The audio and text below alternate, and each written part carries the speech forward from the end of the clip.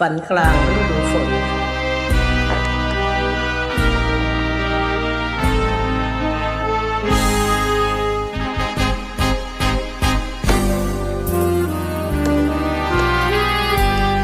เมื่อมีชีวิตทุกคนมีสิทธิ์จะฝันต่างจิตใจกันต่างก็เลือกฝันกันไปฝันเป็นเศรษฐีฝัน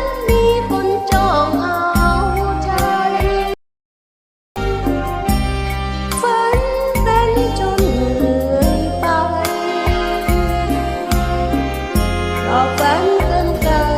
ยของตนจิตของมนุษย์สุดจะสัน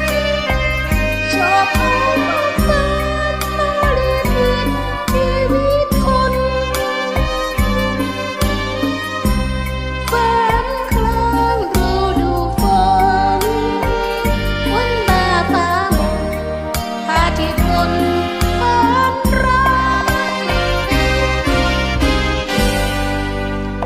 นรกสวรรค์ฝันไม่ศักดิ์สิทธิ์ดังมาฝันเพียงภาพลวงใจ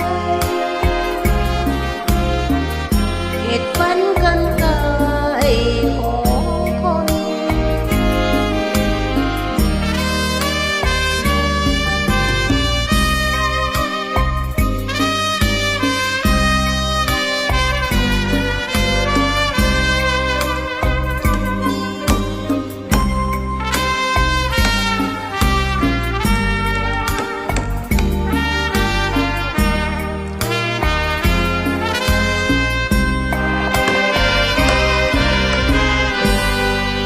นรก